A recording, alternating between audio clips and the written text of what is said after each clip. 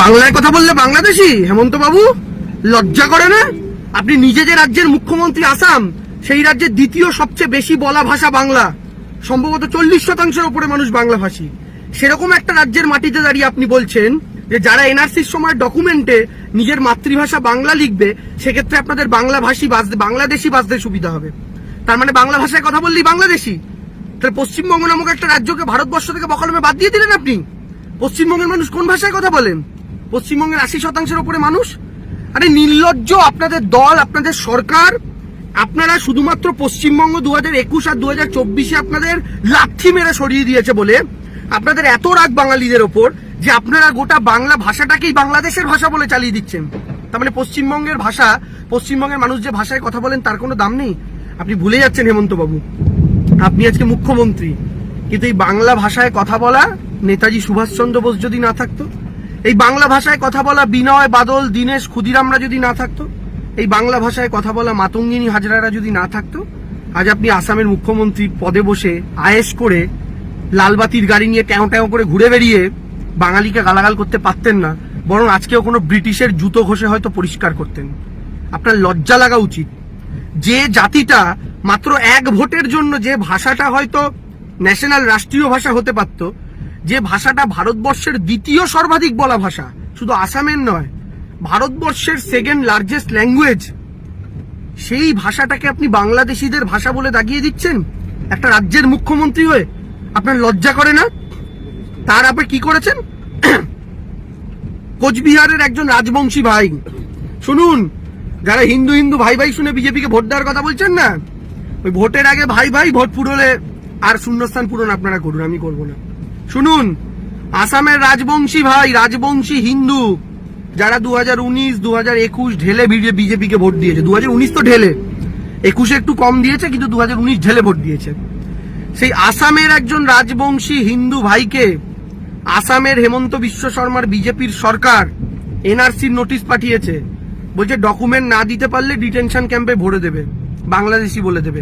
বুঝুন, বলেছিল না হাম এনআরসি করকে বাংলাদেশি মুসলমানও কো ভাগাएंगे, কিন্তু পশ্চিমবঙ্গের প্রথম এনআরসির নোটিশটা পেল একজন হিন্দু রাজবংশী বাঙালি। বুঝতে পারছেন বাঙালি? আর তারপরেই সেই কথা যে বাংলা ভাষায় কথা বলা মানে বাংলাদেশি। আর এটা তো আপনারা রোজ খবরে দেখছেন, আমাদের বড় মিডিয়া চ্যানেলগুলো এগুলো নিয়ে বড় করে খবর করে না, কারণ এই বড় করে খবর করলে তাদের মালিকেরা রেগে যাবে, তাই এগুলো নিয়ে বেশি আলোচনা হয় না। যে শুধুমাত্র বাংলা ভাষায় কথা বলার জন্য উড়িষ্যায়, রাজস্থানে, মধ্যপ্রদেশে বাঙালিদের আটকে আটকে রাখা হচ্ছে বাংলাদেশি সন্দেহে। এই বাঙালিদের মধ্যে কিন্তু শুধু মুসলমান বাঙালি নেই, হিন্দু বাঙালিও আছে, মুসলমান বাঙালিও আছে। তাহলে আজকের এই বাঙালি যারা দেশ স্বাধীন করলো, সেই বাঙালি আজকে ভারতবর্ষের অন্য রাজ্যে গেলে তাদেরকে আটকে রাখা হচ্ছে বাংলাদেশি বলে, কেন তাদের মুখের ভাষা বাংলা। তাহলে আমি আপনি ছোটবেলা থেকে যে মাতৃভাষায় কথা বলেছি, আমাকে আমাদের মাতৃভাষা পরিবর্তন করতে হবে বিজেপি শাসিত এই ভারতবর্ষের অন্য রাজ্যে থাকার জন্য? আমরা এই দেশের নাগরিক নই? যে দেশ স্বাধীন করলো, নাগরিকত্ব আজকে তাকেই প্রশ্নের মুখে ঠেলে দিচ্ছেন, তাকেই প্রশ্নের মুখে ফেলে দিচ্ছেন। আপনারা অনেকে জানেন, তাও একবার বলে দিই, আসামে যে এনআরসি হয়েছিল তাতে যে 40 লক্ষ মানুষের নাম বাদ গেছিল, সেই 40 লক্ষ মানুষের মধ্যে 28 লাখের কাছাকাছি হিন্দু বাঙালির নাম বাদ গেছিল। এটা কিন্তু জেনে রাখবেন, 28 লাখ হিন্দু বাঙালি। অর্থাৎ এই ওরা এনআরসি করবে বলছে। আসামেও 2016-তে হিন্দুরা ভয় পাবেন না, এনআরসি করে তো শুধু বাংলাদেশি মুসলমান তাড়াবো, এই বলে আসামের বাঙালিদেরও ভোট নিয়েছিল। বাঙালিরা তখন বাঙালি পরিচয় ভোট দেয়নি, হিন্দু পরিচয় ভোট দিয়েছিল। তখন তারা দেখেনি ও অসমিয়া হিন্দু, আমি বাঙালি হিন্দু, ও একটা দলকে ভোট দেবে, আমি একটা না। বাঙালিরাও ভেবেছিল আমার প্রথম পরিচয় আমি হিন্দু, অসমিয়ারাও ভেবেছিল আমার প্রথম পরিচয় আমি হিন্দু। তাই ওই হিন্দু হিন্দু ভাই ভাই থিওরিতে 2016-তে ভোট দিয়ে বিজেপিকে সরকারে এনেছিল। আর বিজেপি সরকারে আসার পর যখন এনআরসি করলো, দেখা গেল 40 লাখের মধ্যে 28 লাখ হিন্দু বাঙালির নাম বাদ। তারা ডিভোটার, ডিটেনশন ক্যাম্পে দিন কাটাচ্ছেন, ছেলে এক জায়গায়, বাপ এক জায়গায়, মা এক জায়গায়, কেউ কারোর মুখ দেখতে পান না, একটা বাথরুম, 1000 জন মিলে টয়লেট করেন সকালবেলা, রোগ হলে চিকিৎসা নিয়ে হাত ফেল করে স্ট্রোক করে ডিটেনশন ক্যাম্পে মরে যাচ্ছে, বেওয়ারিশ লাশের মতো দেহ জ্বালিয়ে দেওয়া হচ্ছে। এটা হচ্ছে আসামের এনআরসি হওয়া মানুষগুলোর অবস্থা। ওরা বাংলাতেও সেটা করতে চায়, সেম ফর্মুলাতে। ওরা আবার হিন্দু হিন্দু ভাই ভাই স্লোগান তুলছে আসামের মতো। আসাম কিন্তু আগে কোনো ইঙ্গিত পায়নি, আমরা বাঙালিরা ইঙ্গিত পাচ্ছি। কিসের ইঙ্গিত?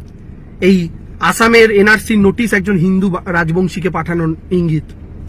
আসামে বাংলা ভাষায় কথা বলাকে প্রায় অপরাধ বলে গণ্য করিয়ে দেওয়া দ্বিতীয় ইঙ্গিত। তৃতীয় ইঙ্গিত, ভারতবর্ষের বিভিন্ন প্রান্তে শুধু বাংলা ভাষায় কথা বলতে দেখলে বাংলাদেশি বলে আটকে রাখা। আর চতুর্থ ইঙ্গিত, যেটা প্রথম থেকেই ছিল, সেটা হচ্ছে বিজেপির এবং আরএসএস এর নীতি অনুযায়ী তারা বাঙালি হিন্দুদের হিন্দু মনে করে না, কারণ বাঙালি হিন্দুরা আমিষ খায়। বিজেপির হিসাবে যে হিন্দুরা আমিষ খায় তারা আর যাই হোক কোনোদিন হিন্দু হতে পারেন না।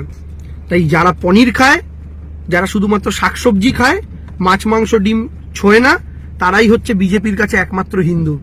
কিন্তু আমরা বাঙালি হিন্দুরা, শুধু বাঙালি হিন্দু কেন, ভারতবর্ষের বহু হিন্দু আছে যারা মাছ মাংস ডিম খায়, এবং পশ্চিমবাংলার তো 80% উপরে আমিষাশী মানুষ। তার মানে কি, আদর্শগতভাবে বিজেপি এমনিতেই আপনাকে বাঙালি মনে করে না কখনো। তার মধ্যে বিজেপি শাসিত বিভিন্ন রাজ্যে বাঙালিদের প্রতি যে তাদের যে নজর, তাদের যে দৃষ্টিভঙ্গি, সেটা দেখেও আপনি বুঝতে পারছেন। এরপরেও যদি বাংলার মাটিতে একটা ভোটও পদ্ম ফুলে টেপেন, এরপরেও যদি বাংলার মাটিতে শুধু হিন্দু ভাবাবেগ দেখে বিজেপিকে ভোটটা দেন, তাহলে আসামের বাঙালিদের মতো এই বাংলার মাটিতেও শুনতে তৈরি হয়ে যাবেন তো, যে নিজেকে বাঙালি বলে পরিচয় দিলে কিন্তু বাবু তোমায় বাংলাদেশে পাঠিয়ে দেব। যারা এরপরও বিজেপিকে সমর্থন করেন তাদের প্রতি আমার করুণা ছাড়া আর কিছু হচ্ছে না। কারণ ভবিষ্যতে নিজের বুড়ো বাপ মাকে ডিটেনশনের জেলের মধ্যে পচতে দেখার ভবিষ্যৎ দৃশ্য দেখার পরেও, অনুভব করার পরেও যারা আজও বাংলার মাটিতে বিজেপিকে সমর্থন করছেন, তাদেরকে লজ্জা লজ্জা লজ্জা বলা